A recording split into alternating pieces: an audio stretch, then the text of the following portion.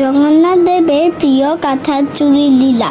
সখ্য প্রেমের শ্রী জগন্নাথ দেব।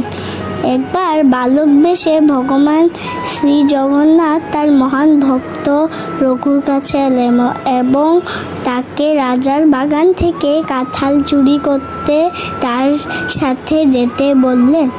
রঘু বলল, তুমি কেন কাঁঠাল চুরি করতে চাও? তোমার যদি কাঁঠাল খাবার ইচ্ছা হয় আমাকে বলো, আমি তোমার জন্য সুন্দর একটি কাঁঠাল এনে দেব।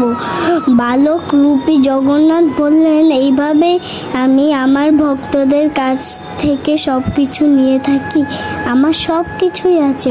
মা যশোদা আমাকে কত ননি মাখন খাওয়াতো, আমাকে আনন্দ দিত, কিন্তু তবুও আমি অন্যদের বাড়িতে মাখন চুরি করতে যেতাম।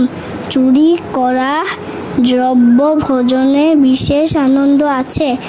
আজ তোমাকে আমি উপলব্ধি করাবো চুরি করা কি আনন্দের। আমার সঙ্গে এসো। আনন্দিত হয়ে রঘু প্রভুর প্রস্তাবে সম্মত হলো এবং তার সঙ্গ নিল। তারা উভয়ে চুপিসারে রাজার বাগানে প্রবেশ করলেন। জগন্নাথ রঘুকে বললেন, তুমি গাছে চড়বে, আমি মাটিতে দাঁড়িয়ে থাকবো। তুমি সবচেয়ে সুন্দর ও বড় কাঁঠালটি পারবে এবং মাটিতে ফেলবে, আমি এখানে দাঁড়িয়ে ধরবো। তারপর আমরা উভয়ে কাঁঠাল নিয়ে পালাবো। রঘু যথাযথভাবে প্রভুর নির্দেশ অনুসরণ করে গাছে উঠে সবচেয়ে বড় ভালো কাঁঠালটি খুঁজে বের করলো এবং সেটা পারলো। রঘু চাপা স্বরে জগন্নাথকে ডাকলো, তুমি কি তৈরি? জগন্নাথ উত্তর দিলেন, হ্যাঁ আমি তৈরি, নিচে ফেলো। রঘু কাঁঠাল নিচে ফেললো। জগন্নাথ সেটা ধরবেন ভেবে, কিন্তু কোথায় জগন্নাথ? তিনি ইতিমধ্যেই বাগান থেকে পালিয়ে গিয়েছিলেন। কাঁঠাল ধরার মতো সেখানে কেউ ছিল না।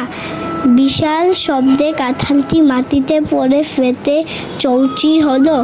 যখন রাজার বাগানের মালি ওই শব্দ শুনলো, সে বুঝতে পারলো যে কেউ বাগানে ঢুকে কাঁঠাল চুরি করছে। তৎক্ষণাৎ সে দৌড়ে গাছটির কাছে গেল এবং একটি বড় কাঁঠাল ফেটে মাটিতে পড়ে থাকতে দেখলো।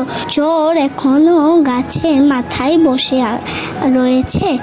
আর এই চোর স্বয়ং রঘুদাস। সে গাছের নিচে পাহারা রেখে উত্তেজিত স্বরে রাজাকে খবর দিল। রাজা বিশ্বাস করতে পারলেন না যে রঘু তার বাগানে গিয়ে কাঁঠাল চুরি করবে। সুতরাং রাজা তার মন্ত্রীদের সাথে নিয়ে মালির নির্দেশিত স্থানে গেলেন।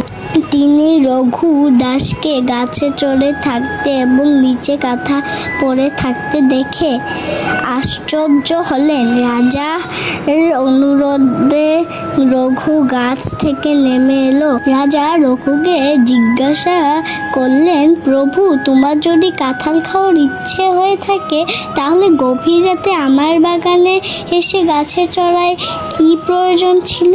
তুমি আমাকে একবার বলতে পারতে, আমি কাঁঠাল পাড়ার ব্যবস্থা করে তোমার বাড়িতে পাঠিয়ে দিতাম।